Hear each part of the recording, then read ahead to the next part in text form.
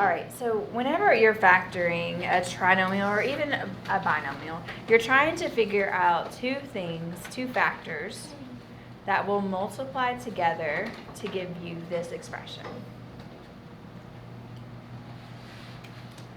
And so you like work in reverse of doing the distributive property.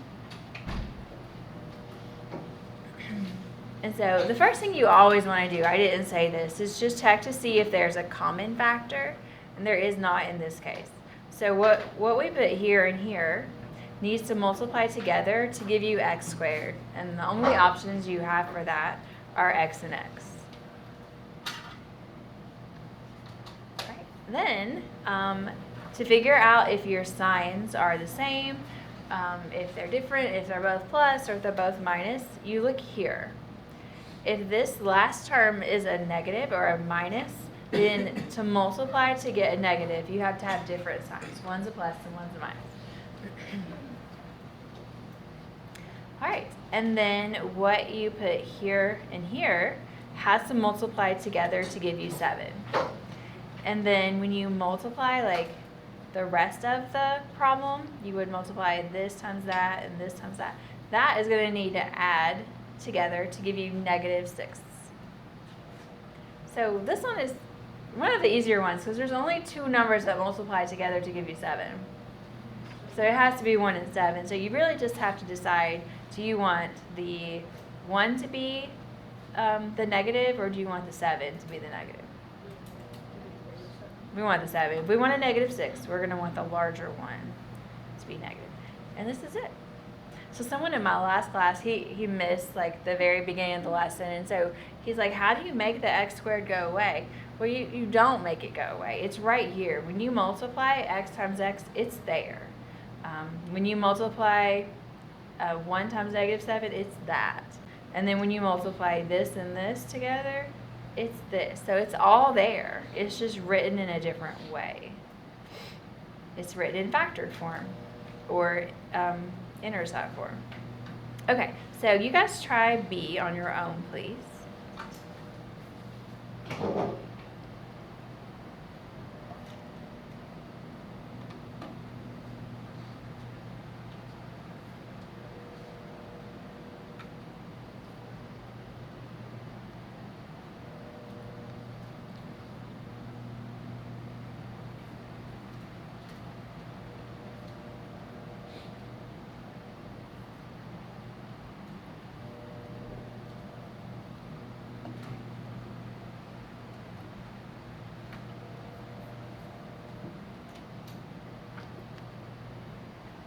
So this time we had 2 pairs of numbers that multiplied together to give us 8, so it's a little bit more challenging than the last one, but it's not too bad.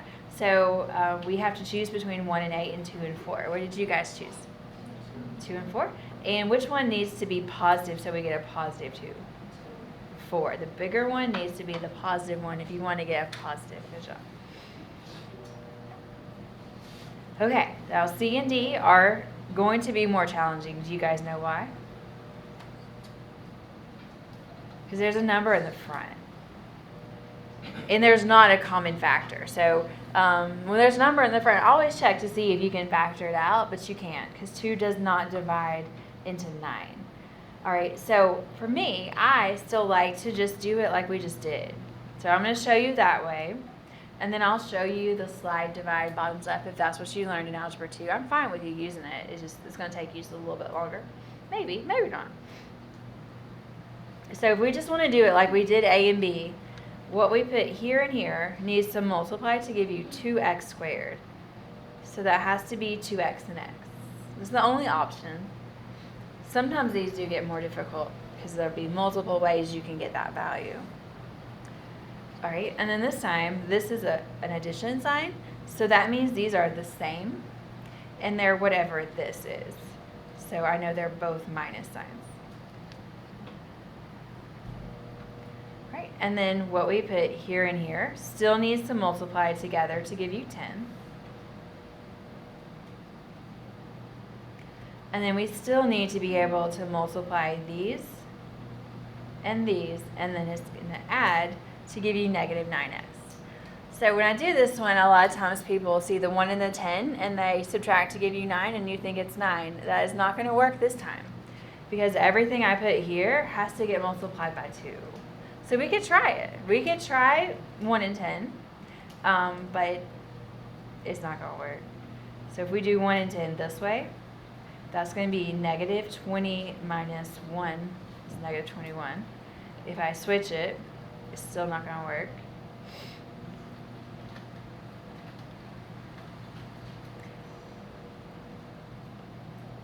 That's going to be negative 2 minus 10, which is negative 12. So that doesn't work. So it's okay. We have another option. Our other option is 2 and 5. Now there is another thing that might help you save some time. You're never going to have a common factor inside the parentheses. So this has a 2 here. So I know I cannot put anything that 2 divides evenly into in this parentheses. So I wouldn't put the 10 there because they have a common factor. I wouldn't put the 2 there because they have a common factor. So really, the only thing we would try would be the 5 here and the 2 there. And then let's just see if it works. So that gives you negative 4. That gives you negative 5. They do add together to give you negative 9x. So this is the way that works. All right, if you're perfectly happy with that way, you can go ahead and try D. If you remember learning it a different way, you can watch me do this, so it's completely up to you. So the other method is called, whenever there's a number in the front, is slide, divide, bottoms up. So the slide step, you're going to multiply the 2 by the 10. So you slide it over, and now it's a 20. All right, then you're going to factor like normal. So I know this tells you your signs are the same. This tells you they're both minus. Right? But we want to multiply to get 20 and add to get 9. What do you guys think? 5 and 4. Now that is not the answer. This is the answer. So there's 2 more steps. One step is to divide. So whatever you slid, you have to divide by it. If it doesn't divide evenly, you do the bottoms up. So that 2 comes up here in front of the x. And if it does divide evenly, you go ahead and divide. So we end up with the same answer. Just one way you're just trying it until it works. The other way you just have a whole bunch of steps until it works. Whichever way you like better, you may not like either one, but I want you to try one of them on D, please. Either just figure it out, trying the numbers, or do slide, divide, bottoms up.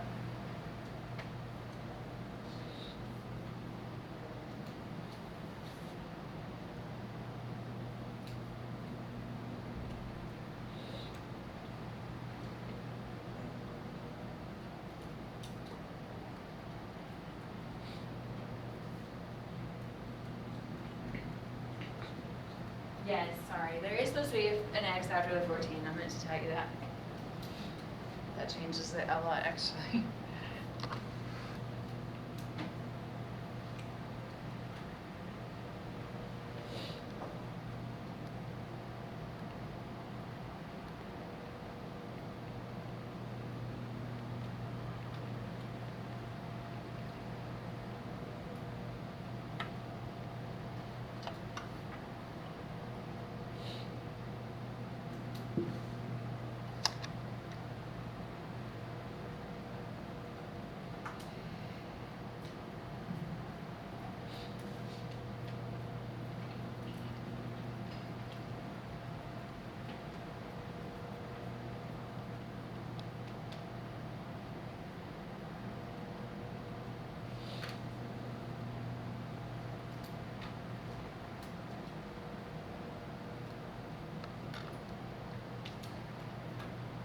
All right, so either way you guys want to do it. If you just figured it out in your head, this would be 12, and this would be 2. I don't know why I wrote 12, 14, sorry. That would be 12, and that would be 2, and they do add to give you 14, which is what I wanted. If you do it this way, you would slide the 3 over, and that's a 24. factor, so it's 12 and 2 to add to get 14 and multiply to get 24. And then you divide by that 3. This one, it doesn't go evenly, so you do bottoms up. This one, it does divide evenly, and you get the 4. They're both fine, whichever way you want to do it. All right, let's look at E. On E, there is a common factor. So that is a question you always want to ask yourself. Is there a common factor? So what's the largest number that divides into 4, 28, and 32? 4. So let's factor that out. So to factor it out, you put it outside the parentheses, and you're just going to divide through by 4. Apparently 8 was my favorite number on this.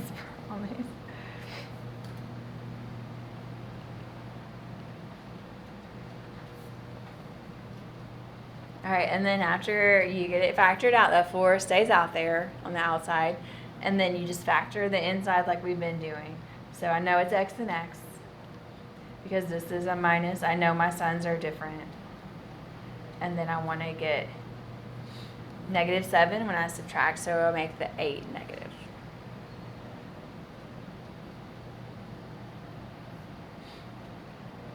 All right, so you guys try F. It should be very, very similar to E.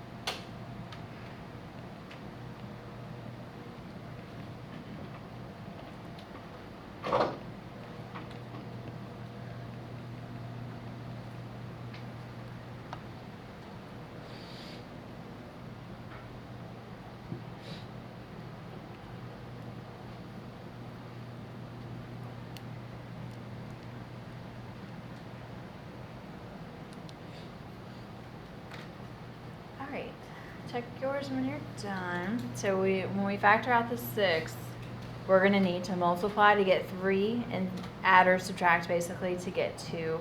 There's only 2 numbers and multiply to get 3, so it has to be 1 and 3. And then since I want -2, you make the 3 negative. All right, these last two involve a rule that's difference of squares. And when you learned it, it was really easy for you. And the problem with learning something that's kind of easy is a lot of times you forget it. And so difference of squares is when you have two perfect squares that are subtracted from each other. So when you factor it, you find each square root, and you do one with a plus and you do one with a minus. All right, so right now, H and I, neither one of them, there's not squares, but there are common factors. So on H, when I factor out a common factor of 5, I am left with difference of squares, difference of 2 squares, because x squared is a perfect square, 4 is a perfect square. So the 5 hangs out. And then you find each square root, which is going to be x and 2. And you put one with a plus, and you put one with a minus. Now it's possible your Algebra 2 teacher just taught you to do this the same way, that you multiply to get 4 and add to get 0, and that still works either way. All right, so you guys try I, please.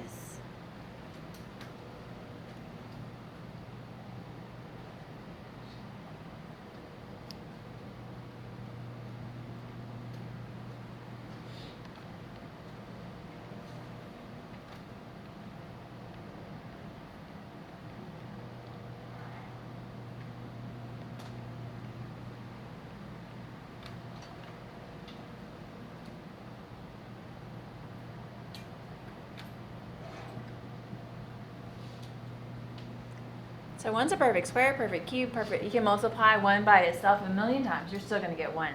And so the square root of 1 is 1. So it would be x plus 1 and x minus 1. And if I multiplied this out, I promise you we get what we started with.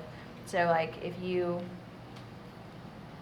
multiply that, it's going to be x squared minus x, and then x minus 1. Those will cancel out, and you get your x squared minus 1. So sometimes it feels like you're just doing a trick, and it's not really, doesn't mean anything mathematical. But yeah, it all works out if you multiply it. All right, what questions do you guys have?